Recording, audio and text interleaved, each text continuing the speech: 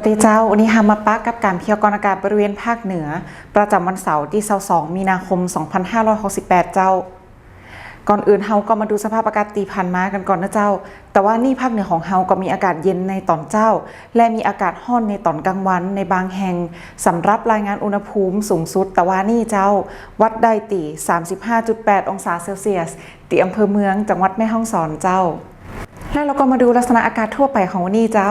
บริเวณความกดอากาศสูงหรือมวลอากาศเย็นกำลังค่อนข้างแห้งที่ปกคลุมประเทศไทยตอนบนมีกำลังอ่อนลง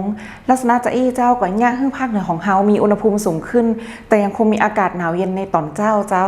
ต่อไปเฮาก็มาดูคาดหมายลักษณะอากาศแหม24ชั่วโมงตั้งหน้าเจ้าภาคเหนือตอนบนมีอากาศเย็นในตอนเจ้าและมีอุณหภูมิสูงขึ้น 1-3 องศาเซลเซียสโดยมีอากาศร้อนในตอนกลางวันในบางแห่งเจ้าคาดการณ์อุณหภูมิต่ำสุดอยู่ที่ 19-24 องศาเซลเซียสอุณหภูมิสูงสุด 30-37 องศาเซลเซียสลมเป็นลมใต้ความเร็ว 10-20 กิโลเมตรต่อชั่วโมงเจ้าและภาคเหนือตอนล่างนะเจ้าอากาศเย็นในตอนเจ้าและมีอุณหภูมิสูงขึ้น 1-3 องศาเซลเซียสเช่นกันเจ้าโดยจะมีอากาศร้อนในตอนกลางวันในบางแห่งได้คาดการณ์อุณหภูมิต่ำสุดวัดได้20-23 องศาเซลเซียสคาดการณ์อุณหภูมิสูงสุด 34-36 องศาเซลเซียสลมเป็นลมตะวันออกเฉียงใต้ความเร็ว 10-20 กิโลเมตรต่อชั่วโมงเจ้า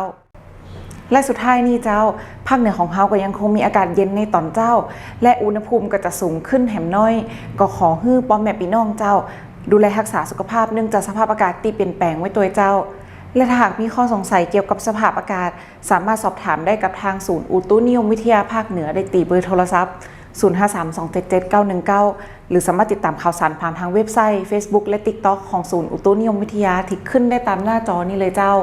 และสำหรับวันนี้ก็ขอลาไปก่อนเจ้าสวัสดีเจ้า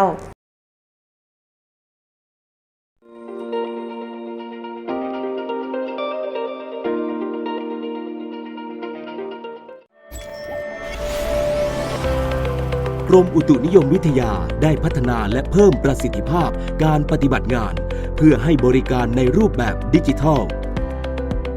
เพิ่มขีดความสามารถในการตรวจเฝ้าระวังพยากรณ์อากาศแจ้งเตือนภัยธรรมชาติล่วงหน้าได้อย่างแม่นยำ